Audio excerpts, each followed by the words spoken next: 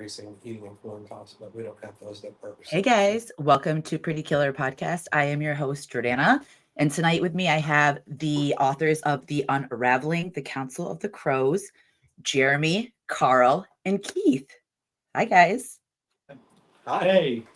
Hello. Thank you so much for hanging out and being here with me tonight.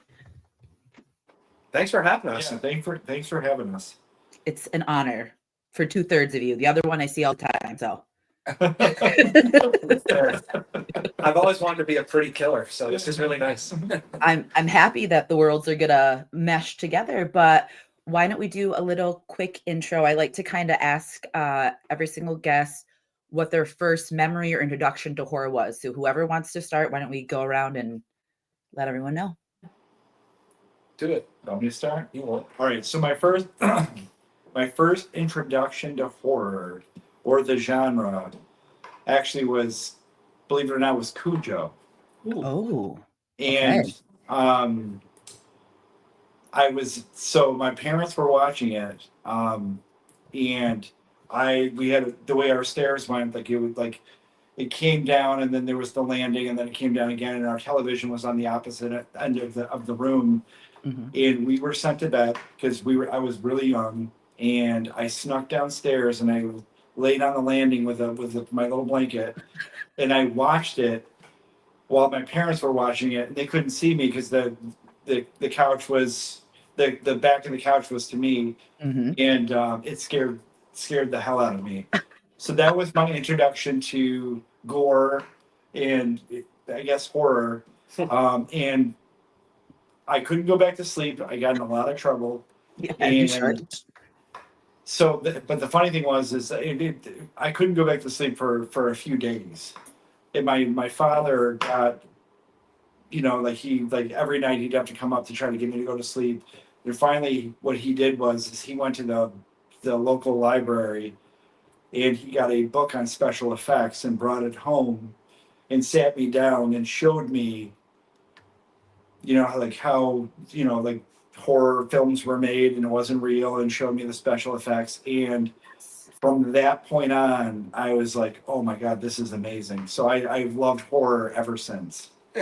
That's such a good intro, and also you're lucky that didn't scar you completely, because a realistic movie like Cujo would have. Yeah, I would have saw that first. I don't know if I'd like it. And we had a little beagle at the time, and I was like, is he gonna attack me? He's like, no, you're just a little Jeremy has never had a big dog in his life. Yeah. That's why I have a mini schnauzer right now. Hell yes. Radley would tear shit up though. Like Cujo, he really I would be more scared of him than Cujo. Karl, what about you? The first horror movie that I ever saw was actually a monster movie, and it was on TV when I was a kid, and it was the original version of King Kong, where it was all more like claymation than any other type of realistic looking special effect. But I loved that movie when I was a kid, and I had a model that I built of King Kong, and I got a play set of the little World War I era fighters, and for me that's where it started with that monster movie, and then Godzilla. But the first probably actual horror movie I ever saw was The Shining, and it's one of my all-time favorites to this day. Such a classic. So things that are about the supernatural or monsters are what I've found myself gravitating to the most, like those types of movies. Werewolves, vampires, those types of things. Yeah. Hell yeah. I love a good creature feature and anything paranormal, so I'm right there with you. Yep. So my introduction to horror, I was raised in the 90s by evangelical Christians, and so it was the Book of Revelation. Yeah. And there's a lady on a dragon, and so much horrible things, and everyone was like, "No, this is just what's gonna happen." And I was like, "Oh shit! Oh shoot! Like we got are we talking about this? Like, is there a plan? The Whore of Babylon. The Whore of Babylon is coming for you, Keith. Yeah, no, I know, but I had no idea like how specific it was. And then I was like, oh shoot. And like everyone was fine with it. Like they just prayed afterwards and had lunch. And I was like forever like looking into the sky, like, oh man. Like from about 6 to 9, Mhm. I honestly believed that the apocalypse would happen and that Jesus would return, but on Christmas to ruin presents. That's how I understood my faith. I've been scared Just my like, whole life. damn it. Yeah, just terrified. Every minute, just more terrified than the one before. I can see that. It almost feels like horror movies were like a really nice reprieve, you know? Yes. Like when Freddy Krueger erupts out of a waterbed, you're like, Oh. okay, that's fine. Right, they're dreaming, but like Yep. the dragon lady's coming. Any day. Yeah, that's right. That's heavy duty terror. For Yes. real. I feel that. I would be terrified. Well, I love that. I love getting a little introduction to what brought you over on the spooky side. But all that aside, let's talk about the bread and like what we're here for, the meat and potatoes of what we're here for. And that is your book, The Unraveling, the Counsel of the Crows. Super excited for you guys. You guys already had like a really good reception of the book, correct? I think so. Yeah, I mean, like we don't release until May 20th, but we're regularly humbled because the pre-sale has been really strong, and the book on screen is limited to 100 signed copies. And it's just been such a really wonderful reception from the people closest to us, and then that market starts to grow. And yeah, it's been outside of our grasp to understand. For Well, sure. You guys deserve it, and that's awesome to see it like unfold, because I know you guys have been working on it for quite a while, and to see it actually physically happen, and then now it's here, kind of crazy, Yeah, like a whirlwind, you know? it's very surreal. I think a lot of the people closest to us were like, "You're not writing a book at all, Yeah. and you're just Yes. hanging out." Yeah. Yeah, you're just saying that. And Yeah. then, like now, it's like it's out. People are like, "Huh? So the last 10 years, you've just been telling the truth." Yeah.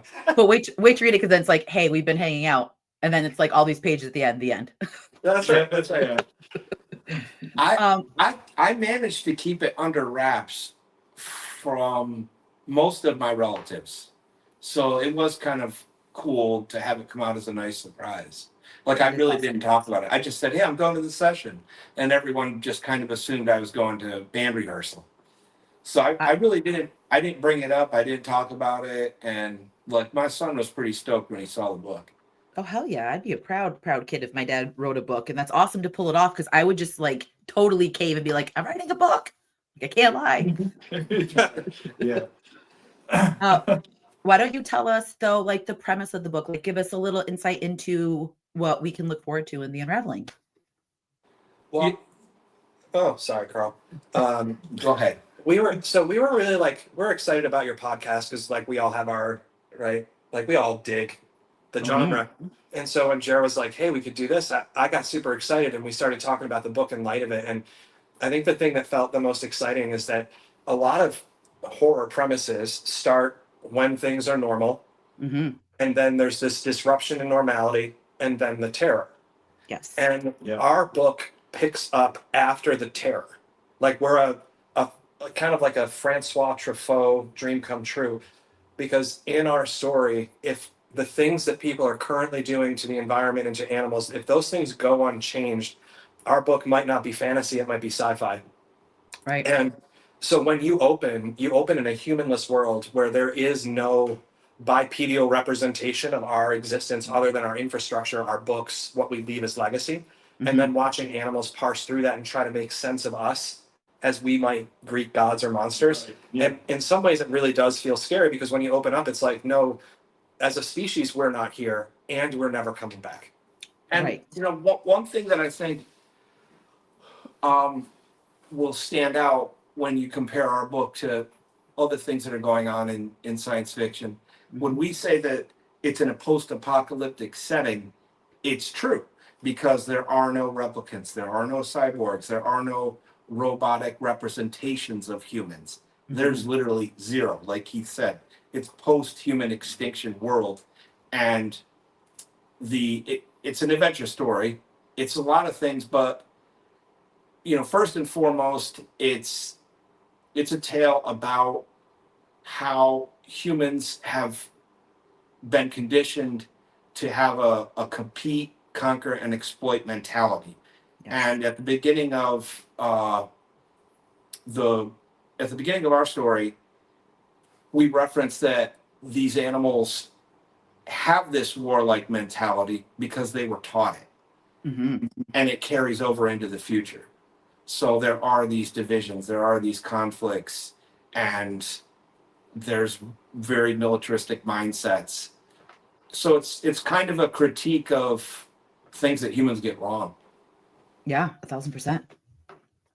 I love that too, because I feel like it's also relatable into like what's happening now and like you know what I mean? Like you were saying, Keith, like the future, like it's unnerving, but it's kind of cool to see it play out from a different perspective, like you said, instead of starting from the beginning, it's like the end and then what happens after. Yeah, Right. I think like one of our early taglines was like even just in house was like, "Oh, humans are gone, but life carries on." And I think Mhm. that's a scary premise. I think it's scary to imagine a world that can be as highly functional as the world of the Unraveling, Mhm. and we actually don't need to be here Right. to Yeah. make culture work. Like I and forgive me, I know I'm being a little long-winded, but like I just saw a video the other day of a crow who like hangs out with this dude, Mhm. like flies in every morning, Yep. and they communicate back and forth, and the crows began to like mimic patterns of voice, which we Yes. thought was reserved to other types of birds, and all of a sudden now it's like, I don't know, these animals like a lot of this like a lot of the fiction that we write is really like practically well researched on Yeah, like yeah. crow intellect, and it's like it's wonderful and a little scary. Um, Very- Speaking of the crow video, and I don't mean to interrupt, but like I watched one where the crow like brought the brush to the dude because he wanted it to continue to brush him.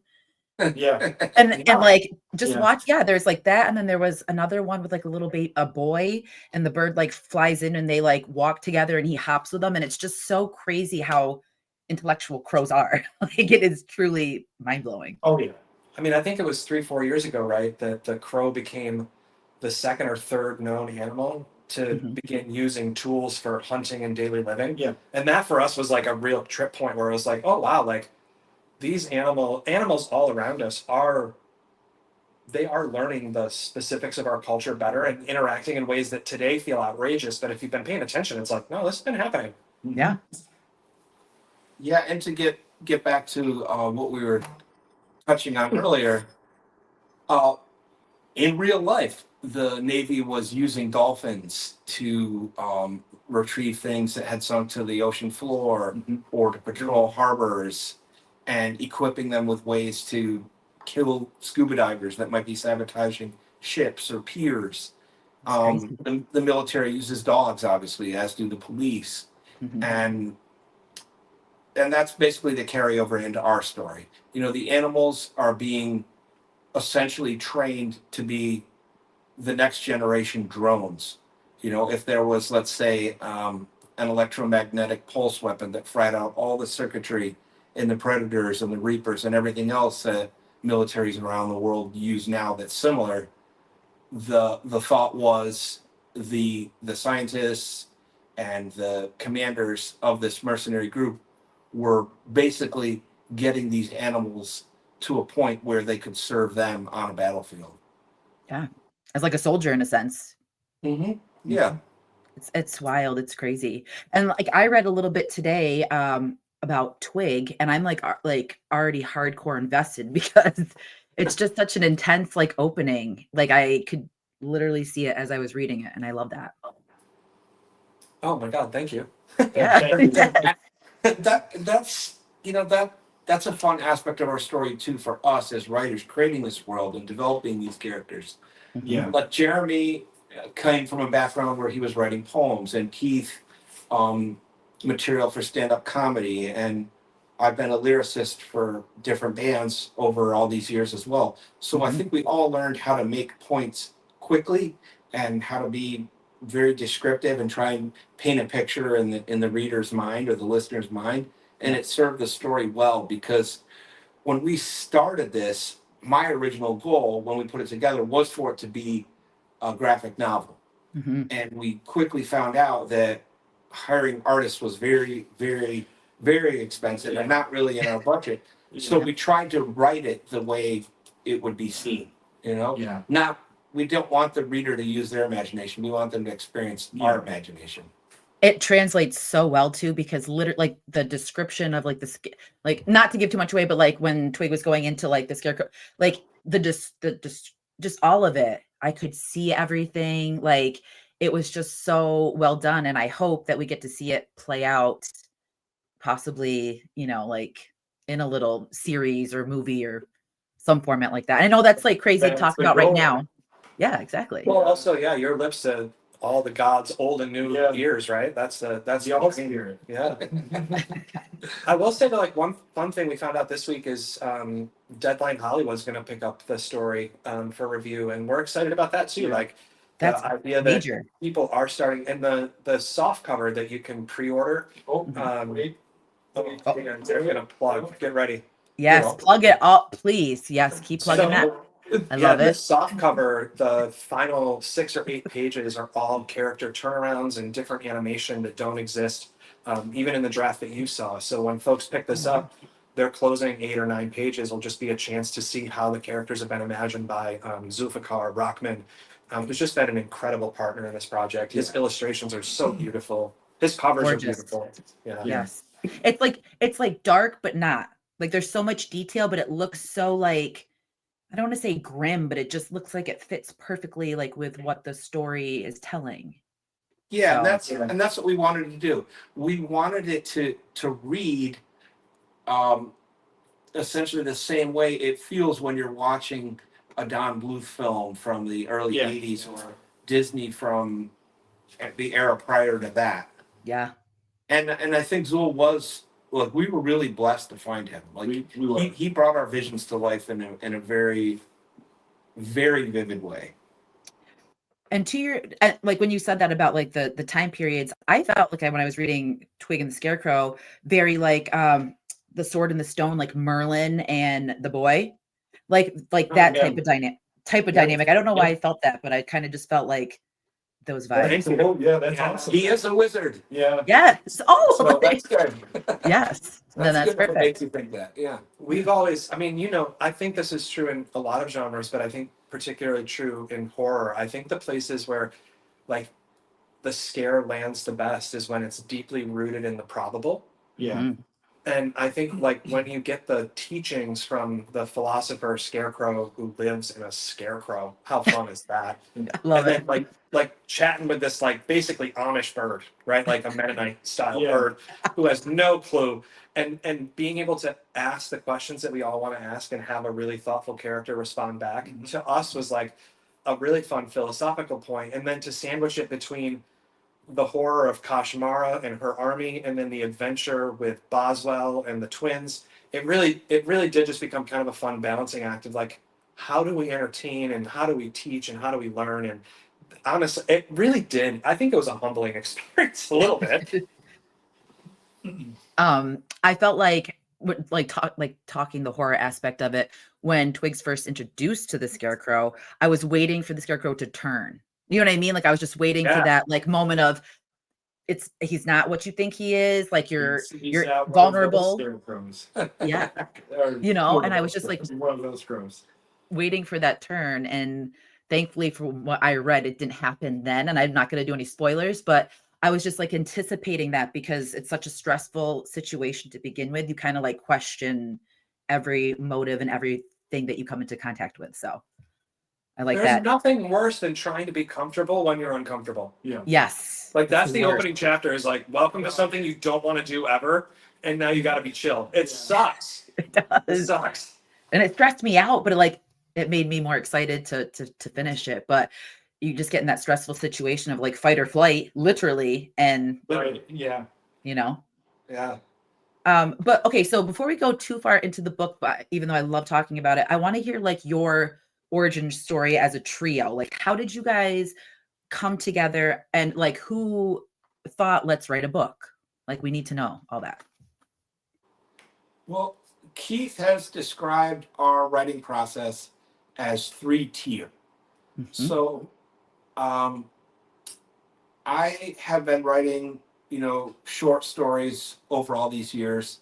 And, Jeremy's been writing stories and poetry. Keith's been writing comedy pieces and stories. And I brought some of them over for Jeremy to read, and he picked one out one day and he said, we should develop this. This one has some merit to it. And my friend Keith is an English teacher. He's the perfect guy to help make this thing real and develop it out into, an actual book. And we got together, and I kind of skipped over that. It was actually more horror themed. Oh. And I showed him, the first incarnation, the first very rough draft of this story, and we collectively chose that. So basically, we wrote this book like a band writes a record.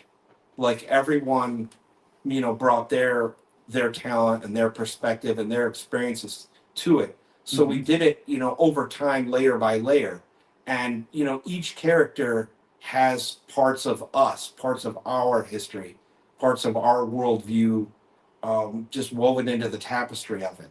Yeah. So, and I'm not going to say the names of the characters because we're trying to avoid spoilers, but, there's some characters that really are a combination of us all. There are some that are very much Keith or myself or Jeremy. So, this really is a testament to what a writing team can do when they put their mind to it, and you step away from ego and think about, well, what is actually best for the work. And I say, we didn't spend this time all these years writing a book. We spent all this time creating a world. And this is the first of 3. So, we're just truly stoked that the book is real and it's out, and the people that are supporting and appreciating it are, giving us the accolades that they are. And the chances that they are too. And that's amazing. And I think the other cool aspect of it is the process that it took, that like the book and you guys grew at the same time. And I love that it was not like a rushed process. Like you had to have it done within 12 months or whatever. I like that it took time and you guys literally put your heart and soul in it and actually grew together and individually to create your story. Right. It's funny you say that because we actually were talking about that earlier, about how better we all are. When we started the process, we really didn't know what we were doing, or I think we knew what we're doing. We didn't know how to do it yet. Yeah. That's what we had to learn. Right.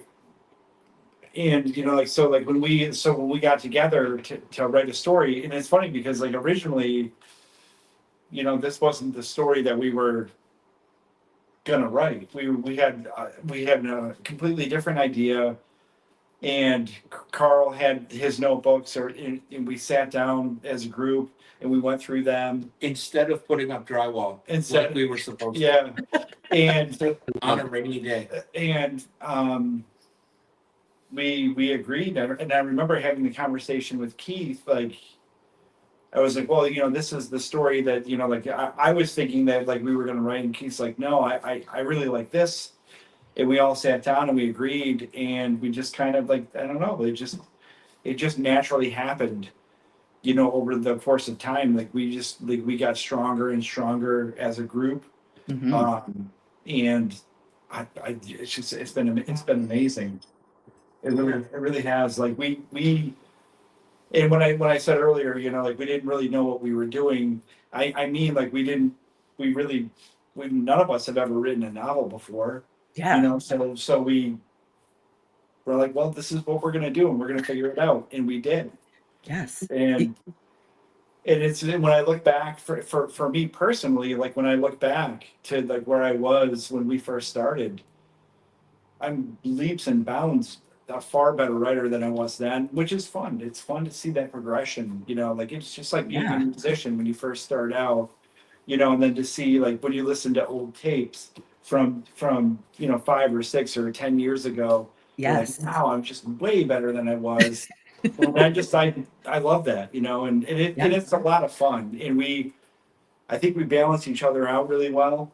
Mhm. Like Karl said, there's like, you know, the egos are checked at the door, which is a lot of fun, and it's really hard to find, you know, and I'm sure a lot of people can appreciate that. It's hard to find a trio or a group of friends to do things with, because egos do get in the way, and Oh, we have 1000%. somehow been able to figure it out. Like, just, hey, let's have some fun. Like, some guys get together and they go bowling or they do a dart league. Yeah. You know, we got And you guys together write and books. decided to write a story. So But I love that because it's going to be cool to like see where you guys are at individually and as a team for like your future endeavors. Like, who knows what your next story is going to be? Like, are you know what I mean? Like, who maybe you're going to be adventurous and try something completely different and challenge yourselves, because it's awesome that you even went right. through with it. Because some people have challenges and they're like, oh, I want to run a half K or half marathon, exactly. you know, and then they never do it and regret it. Yeah. It's cool that you guys actually Yeah, did exactly. that. Yeah. Maybe we'll try our hand in horror someday. Like, I mean, you have a request from me. I'm sure other people would love to see that. Yeah. So just if you do it, make sure that like, can I be the killer in Sure. something? And I want to be a killer so bad. You'll be our final girl. Yeah. Yes. There Maybe you go. we'll write a story about a 9-year-old boy who experiences the apocalypse. Yeah. Yes, an autobiography.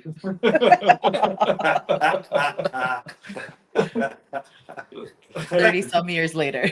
Yeah. Everyone's raptured except for him. Yeah. You guys should do that jokingly. Like, you should really put that out. Yeah, we might as well. There'll be a lot of swearing. Yeah. So much swearing. So, like, happiness and jokes aside, though, what were some of like your biggest obstacles that you like encountered writing the book, and how did you get past them? Oh, what a thoughtful question. Yeah. Like, you sent us questions, but that's such a thoughtful one. I think there could be a potential misunderstanding about egos being checked at the door, because you either check your ego at the door or, like, playoff hockey, Yeah. your ego's about to get checked into the boards. Yeah. So there is not one of the three of us has experienced this process without having a night of full humbling, Oh, for right? sure. Of just being Yeah. so dead wrong and believing that you're right, Mhm. and ultimately coming around to that redemptive moment of like, oh, everyone has my best interests in mind and I'm wrong. And that Mhm. part, I don't know how you don't fake it, you can't pay for it. You just put time in. And that for me is the truest thing, is like, we have disagreed about so many elements in this book, and we often put it to a 2/3 vote. Yeah. And that was the truth. And what Wow. came out of it was like, we learned to trust. Yeah. Like, even when I was like, I think you're so wrong and I'm embarrassed about your moms, they were right. You know? Yeah. Yeah. They were correct. Yeah. And what came out of it was so much better. And now when we work after the first few years was harder. And now when we work, it is a lot more fluid, because it's just like, oh, Yeah. we get humble real quick. Yeah. Mhm. Well, it's also like a trust fall. You know what I mean? Like, you're literally trust Yeah. falling into each other's arms. And at first you're thinking that Jared's just gonna pull his arms away and you're gonna fucking bust your ass. You know what I mean? Like, Yeah. Yeah. and then you see like, okay, but he's there to help me, to catch me, and there's that. No. He'd let you fall. Yes. He'd let you fall. Carl's squeezing my leg No, so but hard. like you said, I think that we've all learned to trust the process. You know, that we've built together. You know, over the years. I mean, Jordana, we thought this book was done, and it was 456 pages long. Yeah. And we're like, Yeah. we're brilliant. And then we showed it to our first editor, Yeah. and she was like, you are collectively the dumbest group of people who've ever lived. And so then we had to trim it and get down to the Yeah. point where, like, now it's a lean 296 Mm-hmm. And it was current average weight. and that was hard. I bet. Because like there was, yeah.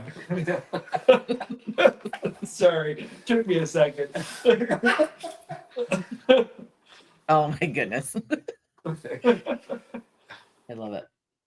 Well, I mean, it's good because it just shows that you guys can work together. Because some people they can't. Like I tried to do a pod and we downed one person. You know what I mean? Like sometimes the vibes are Yep. there, and then after time, you're just kind of like, well, maybe not so much. But it's cool that it made you guys stronger and did not like divide or do anything like that. Yeah. Mhm. Yeah, it helped push the story in directions that, like, for instance, at the beginning, I would not have chosen. Then I thought, well, this does make more sense. Hmm. And when you're setting out to write an adventure story, which is what we did, of course, a lot of our worldviews are going to get stirred into the stew, so to speak. Hmm. And animal rights and environmentalism and the horrors of war are very crucial components of this work. Yeah. Like hopefully young readers will, enjoy just the pacing of it and the characters and the plot, but when they get a little older they'll think back, wow, germ warfare is a real thing that has happened in different conflicts throughout time. Hmm. And it's not like a soldier with a rifle and a bullet. It takes everyone out. Like this is a threat to humanity, and seeing animals as subjects that can be dominated and tested on is as immoral as slavery or things of that type. So I think they're going to get lessons. The readers will get lessons out of it. Maybe not the first time through, but as they get a little Yeah. older and they see the world around them and they have an understanding for where they are in the timeline of human history and what's going on around them, it'll make sense, and they'll hopefully view those things with somewhat of a cynical eye and not be so quick to choose a side in a fight, but think, how can we diffuse this? How can we de-escalate this? Yeah. Someone isn't my enemy because they think a different way. We need to work through it. And I love that because I feel like, as we all know, the times have been kind of like divided. The world's been really weird. It's nice to have like a united front of like wanting the best for the world and the things that you were saying, Karl. You know what I mean? Like in facing, like the animal testing to slavery, it's 1,000%. It's a huge issue. And it's nice to have that in a setting where a child can enjoy it and have this like dystopian realm and live in that world, but then also have an adult read it and feel the messages that you're conveying. You know what I mean? It's cool to have that duality with the book. So Right. And we have some other stories that are absolutely going to be geared for children. But like, as we were working on this, I didn't really think, well, it's going to be for this specific age group. I didn't, I mean, to this day, it's like, I think an adult who, if I don't know, if they'd enjoyed Narnia or Lord of the Rings or anything like it, I think they would probably like our series. 1,000%. I'm trying not to laugh because when Jeremy moves his head, this like thumbs up thing comes up. What day? I don't know. You like move your head and then there's like this thumbs up, and Karl was talking and it kept going. He's having a full digital experience. Oh. Yeah. No, we can hear the text coming through. See? That's good. I was trying so hard not to laugh, and then I realized I looked like a caterpillar because I was like trying not to do it. I apologize. Oh dear Lord. Because he's just sitting there, like he's looking around. I also like the idea that from here on out, anytime Jeremy talks, I can just go, Oh my God, you guys. Okay. approved messaging. Yeah, right. Jeremy approves this message. I was trying to capture it with my phone too. I wanted to tape it, but I didn't want to Oh, yeah. Yeah. mess anything up. We don't want this part edited out. We No. want this to be there for the viewers. It's staying the whole time. Maybe just on repeat. Yeah. That's it. Maybe this is how it starts. Jordana is so immature. Like, never come on the show again. floating emojis everywhere. And every time that I record with like my other podcast, I always try to get the thumbs up and it never works. And then the time I have you guys on, the thumbs up's on Jeremy's face. That's awesome. It is. Oh my Lord. Okay. That's about Anyway, it. serious take. So let's, oh my goodness, hypothetically fast forward and we have a series. Who do you guys like? We can go through individually and we don't need to give character names, but who would you want to these characters? Like who in your mind, you don't have to give too much of like a description of the character, but like who would be your cast? If we're casting the movie, Yeah. oh Lord, Oh, well, please. so I think we all agree on this. Boswell, we always, when we write Boswell in Jim Gaffigan's voice. Oh hell yeah. Oh yes. So like If Shane Gillis weren't so controversial, maybe. yeah. Ooh. Okay. But definitely, yeah, Jim Gaffigan feels like Yeah. he loves to eat. And so does Boswell. I love that connection. Okay. That's So a good hungry. start. Yes. I think when it comes to, I don't know, the villains and stuff, Carl, you have any thoughts on? I don't even dare to dream that big. I just hope people I like do. the book. You know? I do. Carl, you need to dream big. You need to, I dare, and that's not true because we did dare to dream big, and this is what we're doing. Also, Kate Winslet as Kashmara would be delightful. If they were going to dream, then yes, here we go. please give the big dreams. Nicholas Cage as Trayton. Oh, yeah, because it make our connection to Nick Cage one. Yeah. Huge. I Maybe a because 1000%. I love Nicholas Cage. So Yes, I second that. He needs. I don't thoroughly know the whole book, but you say Nicolas Cage, I'm in. yeah. Sold. For sure. Yeah, I mean, I don't know. I think for us, one of the things that's been fun about the process is like, yes, it's our voice, and yes, it's like a conglomerate of voices, but we have like for Scarecrow, I don't know, like low key Ian McKellen would be awesome, right? Like Yeah. just that great Oh, yeah. British traditional. I'm so wise it breaks you. Yeah. Yes.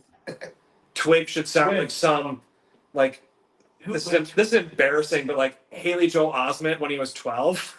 Yes. The new version's weird. I like it, but weird. All right, I'll play your game with one character. Go. The Weasel could be voiced by Anthony Hopkins. Ooh, that'd be iconic. Oh yeah. Now we're talking. Yeah. Yeah. See? All we really, Yeah. Jordana, all we really want is just a who's who of Oscar nominees and winners. Yes, I'm here. Dreaming big. You need to dream big, but I was just curious because if I were writing a story, I would already like be in that mindset of, okay, who's gonna voice it?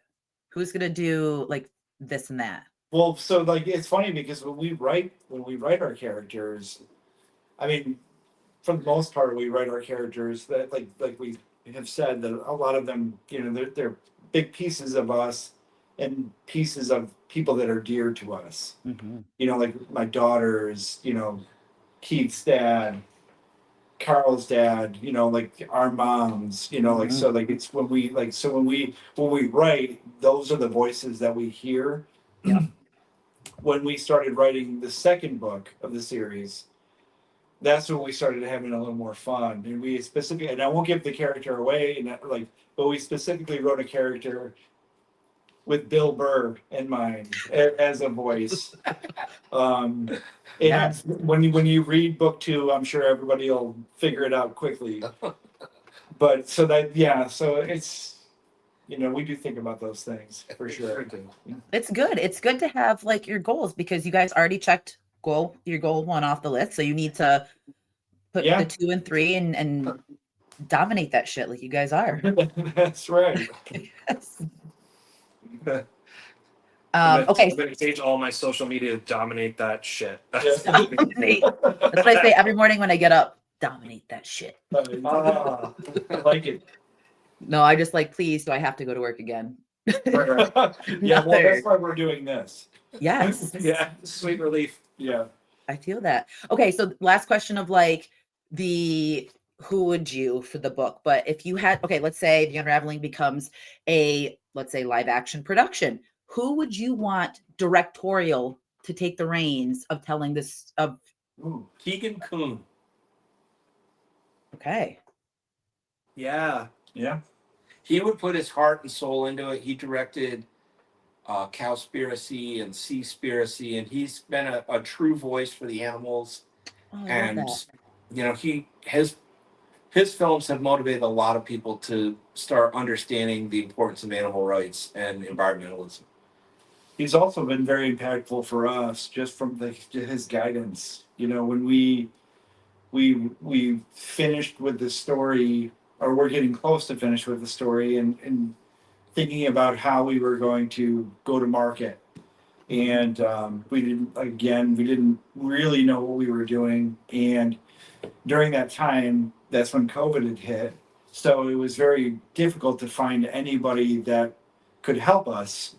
Yeah. But obviously, because of what was going on in the world at the time, but Keegan, he was so crucial. And, you know, like he was the one that said, well, hey, you guys need illustrations. That's right. And we were like, duh. Damn right. But it's just through his guidance, you know, with, you know, like we immediately, it was like, wow, we saw results like almost overnight. Keegan's wisdom for our project is unparalleled. The note about illustrations was phenomenal because we'd been querying agents and publishers for Yeah. a good hot minute. Mhm. And then we got the cover for the hardcover that you're looking at now was originally a sketch that we did a competition on, like, what was it, Fiverr or 99 Designs or something. 99 design, yeah. And so anyway, we got this cover and we showed it to exactly one publisher and got signed. It was that Yeah. quick. So and the other thing I think that's great about Keegan is, for us, is he's 5 years ago he was like, you know, if this ever came around and I had the opportunity to direct, I would love to. And I think for us it also feels like, man, to be able to give back, if it ever came to that level where Mhm. someone was looking to put this together seriously, for us we would hard pitch Keegan immediately because he understands the vision, he helps shape our universe, he helps shape our marketing, and I think he'd do a heck of a job. Yeah. And Yeah. also, if Don Bluth was available, we'd fire Keegan immediately. Yeah. Yeah. Yeah, we bring him in as a co-director. Sure, Yeah. at least a consultant. Yeah. Right. But that's like a cool, like, full circle moment in a sense. You know what I mean? To have someone be such a Yeah. hard part of the process, and then if you or to ever have that opportunity, that would be amazing to see. I hope that happens for you guys. I have full faith. Again, like, I'm going to keep saying that. Like, I think that this is going to be something pretty big. Well, you know, I think for us, one of the most important things that we've told ourselves throughout this entire journey so far is we don't we don't live in the world of if. We always say when. Mhm. That's the way to We do always it. say when this happens, you know, this is going to happen. We just, you know, it's like through the power of manifestation. I don't know, but we never say if. Yeah. You know, like we just It's true that mentality has carried us, push through. you know, through Yeah. through this whole process to the point where, you know, the first of 3 books is coming out this year. Yeah. That I is know. true. Yeah, you do have to envision a goal and then take the necessary steps to try and, you know, force that into reality. Yeah. Manifestation's real. Like, when we were moving down here, I had a journal. I still have the journal, and I wrote down every single day, like, we will be moved to where we are by September. And I, like, wrote it all down, and, like, here we are. You know what I mean? Like, if you really truly have that mindset and you put it in the universe and you see it already, it's done. Yeah. We're believers for sure. Well, I love that. Well, to take a quick break from the book, I want to kind of go into the horror realm a little bit, but Let's go. Nice. yes. So, talking to authors like you, who are some of your favorite horror authors, or like your favorite horror books? Okay, so you guys mind if I start? I'm sorry, I didn't want to jump in. Go ahead. Jeremy's All right, ready. so I love Clive Barker. One Yes. of my favorite stories. It was actually I think it was a graphic novel. And forgive me if I'm wrong because I haven't been able to find the title.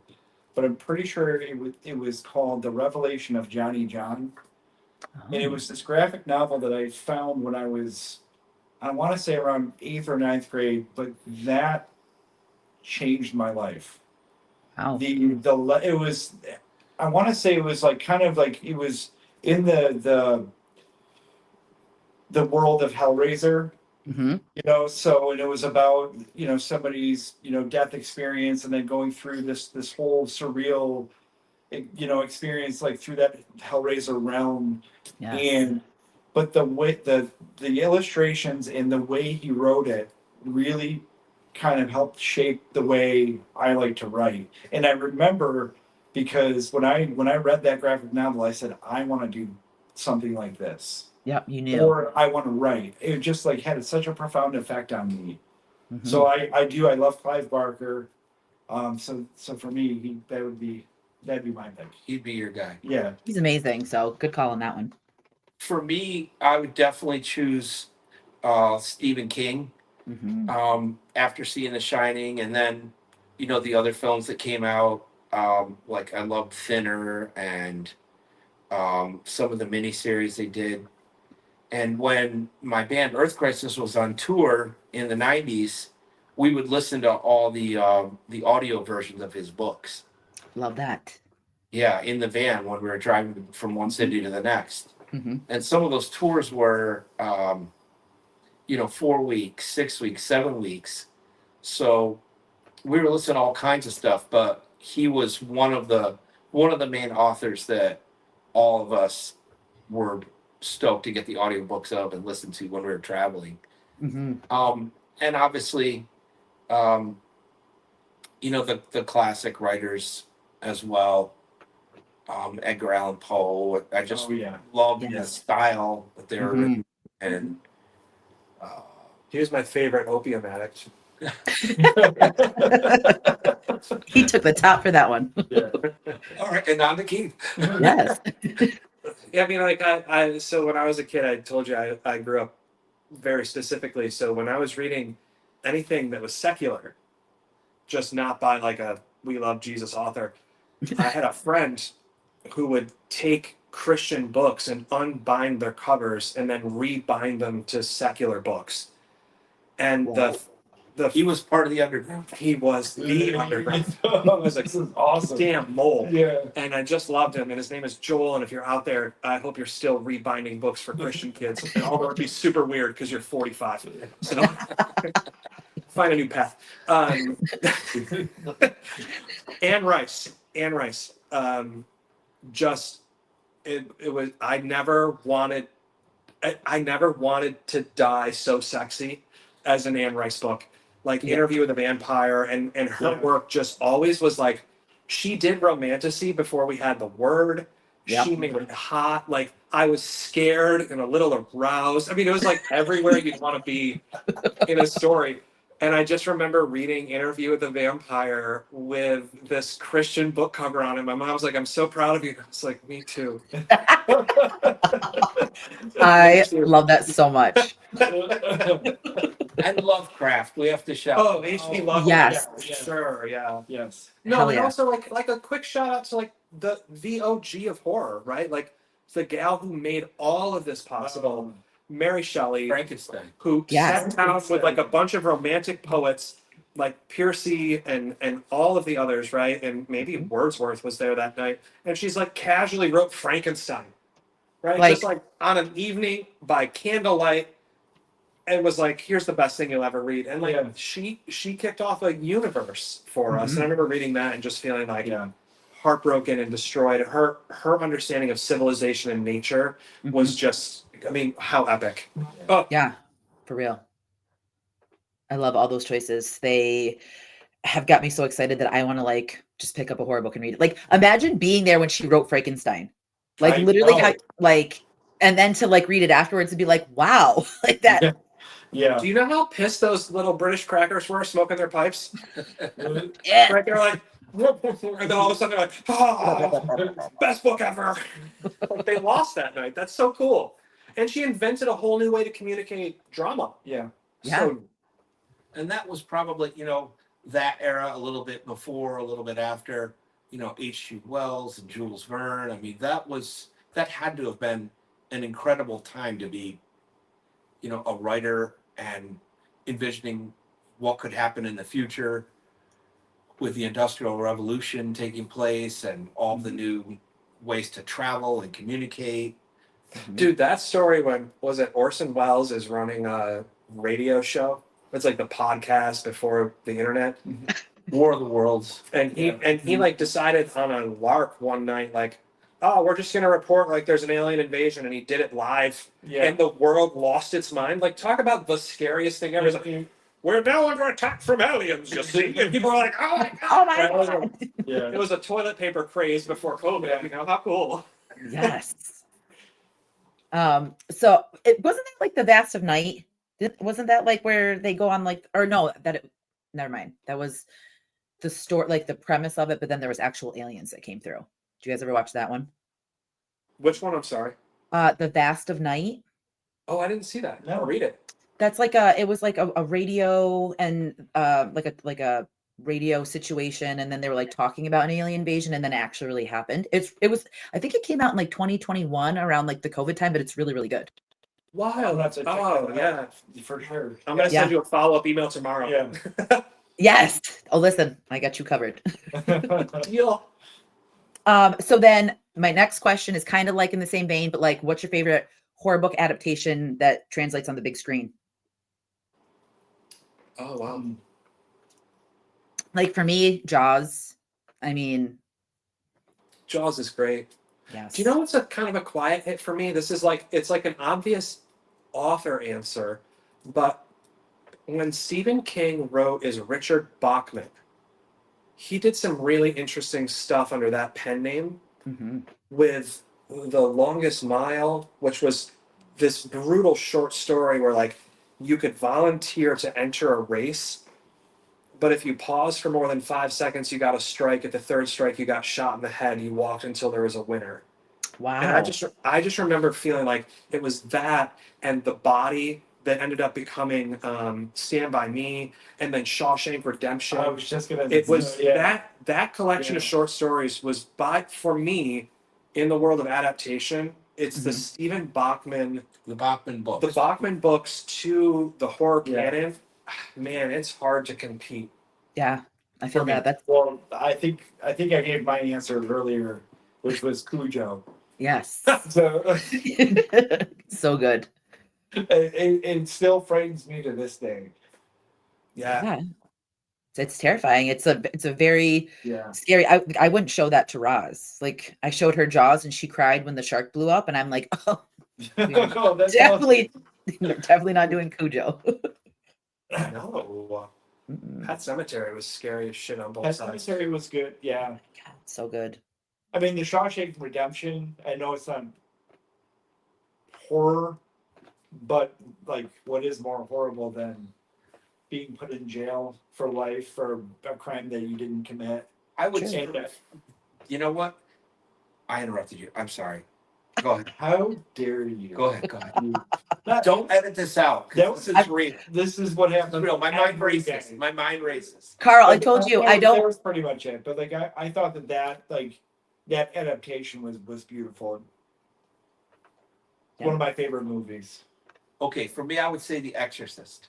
Yes, I was waiting yes. for someone to say The Exorcist because I was gonna pick that too. That's a good choice. Yeah.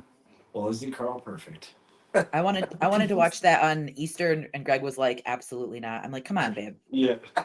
Dude, the fact Also- that like everyone, like the 9 months they were in production, they lost a crew member once a month for 9 straight months is spooky. It's one of the most cursed films. Like Yeah. Yeah.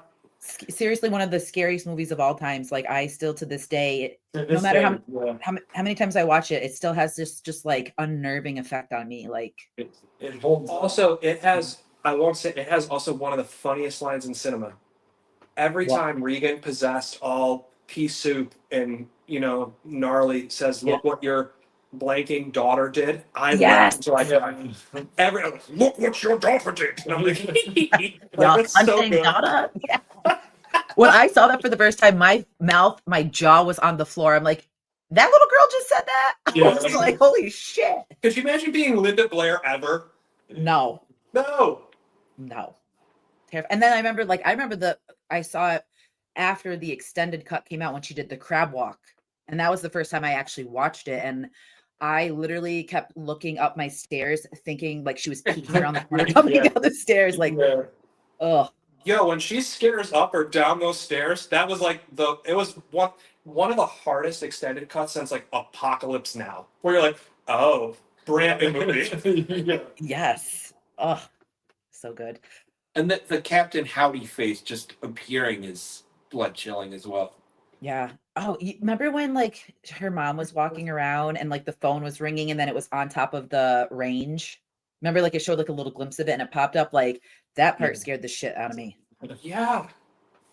Oh, I pooped so Terrifying. many times. I know. It's so good. And we got to do that as a house when we went to Halloween Horror Nights, and it was equally terrifying because as you're like walking down the hall, it does this transition. It was Captain Howdy's face, and then she popped through it, and Wow. it was it was Yo, brutal. I watched The Exorcist in a horror film cinema class in undergraduate school. Terrified the whole time. I must have jumped so many. Like kids were like, "Don't sit with him." Like I lost so many friends. I wish I would have went to school and did something cool like that. Damn it. Oh my god. Well, gentlemen, that brings me to the last of the questions. That was it. But I had so much fun chatting with you guys and getting to know you and the process of the book. And hopefully maybe we could do this again when the second one comes out, or maybe we could just do like a horror edition. Yeah. Just talk absolutely. horror. You say when. When? We'll do it tomorrow night. All right. Oh my Sounds good. Psyched. Yeah, Jordana, thank you so much for having us and also for hosting a conversation about people who are just into this. Because Yeah. it really is awesome and fun, and your show's great. Like, we've really enjoyed it. So, anyway, thanks for having us on and for giving us the chance to chat about the Unraveling. If folks are interested, it's available everywhere that books are sold, from Amazon, Barnes & Noble, Books A Million. You can go to thirdworldstudios.com, and we still have a couple of the hardcover author signed editions. Those are going quick. But yeah, please feel free to check that out. And again, thank you so much for your support and your kindness, and for having some fun with us tonight too. This was great. Of course, the honor is all on this side. I'm so happy that you guys took the time to hang out with me because I know you're busy, but I'm just so happy that we got to connect and that more people are going to know about your amazing book. And I will literally put all the links, where to find the book, where to find you guys, and also that you guys have a book signing coming up, don't you? We do. The first one is May 10th at Bookends on James Street in East Syracuse. Mm-hmm. And then we have a book reading and signing at Burning Books in Buffalo on May 16th. And then we have a book reading and signing at Barnes & Noble on May 24th in Clay, New York. Yes, and we will be there for that one. I'm excited. Hopefully, maybe I can get some like live shots and we can get like a little picture together. And Oh, heck Absolutely. Yeah. Let's do it. yes, pumped. I'm excited for that. But again, I'm so happy that you guys joined me tonight. And if you guys haven't already, you have Instagram, so please follow them on Instagram. I will tag all of their links, their handles. And with that being said, guys, as I always sign off, drink water, be kind to each other, and have a good rest of your night. Thank you. Thank you. Bye. Jordana. Have a Welcome, great guys. night. Bye. Bye. Bye.